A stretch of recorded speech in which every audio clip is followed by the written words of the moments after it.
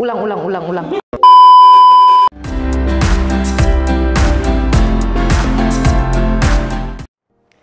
Shalom sahabat-sahabat Geni, bertemu kembali dengan saya Heidi Olivia dari Paroki dan Persekutuan Doa Maria Bunda Segala Bangsa Nusa Dua Bali.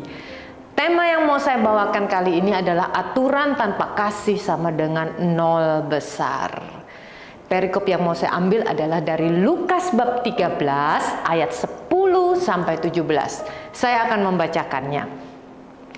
Pada suatu kali Yesus mengajar dalam suatu rumah ibadat pada hari Sabat.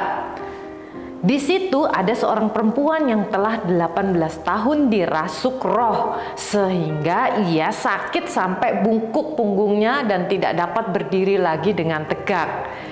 Ketika Yesus melihat perempuan itu, ia memanggil dia dan berkata kepadanya, "Hai ibu, penyakitmu telah sembuh."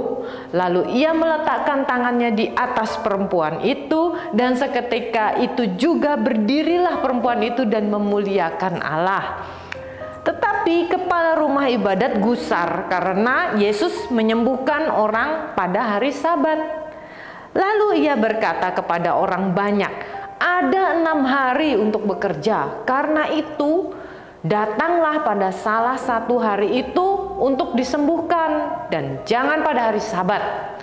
Tetapi Tuhan menjawab dia katanya, "Hai orang-orang munafik, bukankah setiap orang di antara kamu melepaskan lembunya atau keledainya pada hari Sabat dari kandangnya dan membawanya ke tempat minuman? Bukankah perempuan ini sudah 18 tahun diikat iblis, harus dilepaskan dari ikatan itu karena ia adalah keturunan Abraham?" Dan waktu ia berkata demikian, semua lawan-lawannya merasa malu. Semua orang banyak bersuka cita karena segala perkara mulia yang dilakukannya. Demikianlah sabda Tuhan. Terpujilah Kristus. Baik saudara-saudari yang terkasih, Yesus bukan tidak tahu aturan tentang hari Sabat. Ia tahu aturan itu. Tetapi ia tetap menyembuhkan wanita itu pada hari Sabat. Karena apa? Karena Yesus datang juga membawa pertentangan. Pertentangan artinya apa? Maksudnya mengubah cara pikir, pola pikir yang salah yang dilakukan oleh bangsa Israel pada saat itu. Mereka berpikir bahwa melakukan ibadah taat pada Tuhan itu artinya taat sama aturan-aturan, sampai-sampai aturan itu mengorbankan orang lain, membuat orang lain menderita. Itu yang mau diubah oleh Tuhan Yesus. Dan Tuhan Yesus memang datang untuk menyembuhkan fisik dan batin setiap orang pada saat itu. Aturan harusnya dibuat untuk manusia dan bukan untuk Allah. Artinya Allah tuh memerlukan kasih dan hati kita, bukan aturan-aturan itu. Ketika aturan melupakan nilai-nilai kemanusiaan, itu menjadi pertanyaan besar. Dan itu tentunya tidak menyenangkan hati Allah. Jangan sampai aturan mengalahkan kasih. Contoh, ketika saya lagi berkendara, lalu di belakang saya ada ambulan, saya harus memberi jalan meskipun saya harus melanggar sedikit lampu merah supaya mereka bisa lewat. Atau ketika saya sedang bekerja mendapatkan emergency situation di mana pesawat yang sedang mengalami atau membawa orang sakit, dia harus mendapatkan prioritas yang pertama untuk landing, walaupun sebenarnya dia ada di prioritas kesekian dari pesawat-pesawat normal lainnya. Nah, dia harus mendapatkan prioritas duluan. Artinya di mana ketika ada orang sakit yang memerlukan pertolongan atau ada hal-hal khusus, maka aturan yang lain itu bisa dilanggar untuk memprioritaskan orang-orang tersebut. Itu maksudnya. Yesus mengatakan kepala ibadat itu munafik. Munafik karena ia menutup mata untuk sesamanya dan menganggap sesamanya justru lebih rendah dari binatang dong. Lah bagaimana orang binatang saja diberi makan, dilepaskan talinya untuk dapat minuman.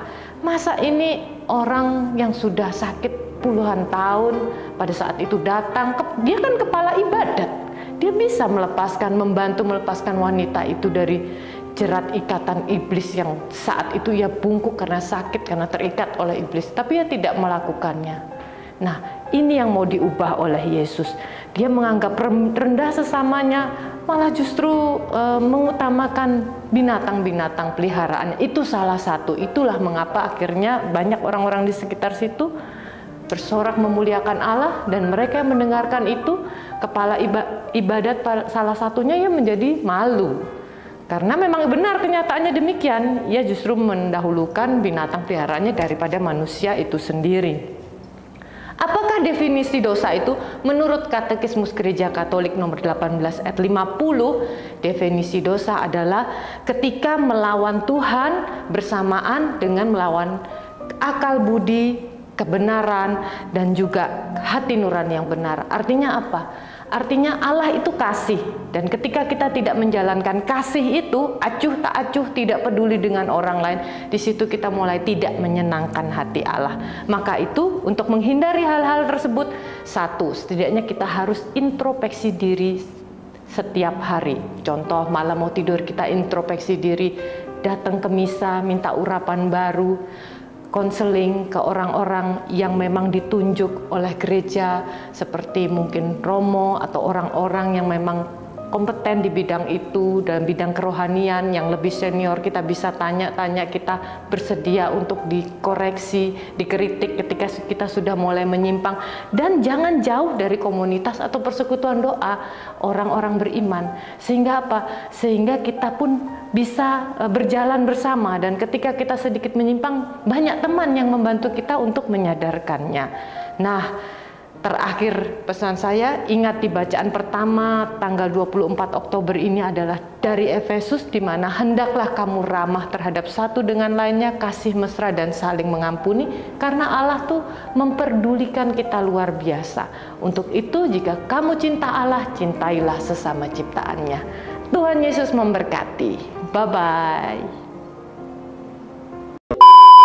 Salah-salah itu yang lucu-lucu gitu ya. Apa namanya ya, behind the scene?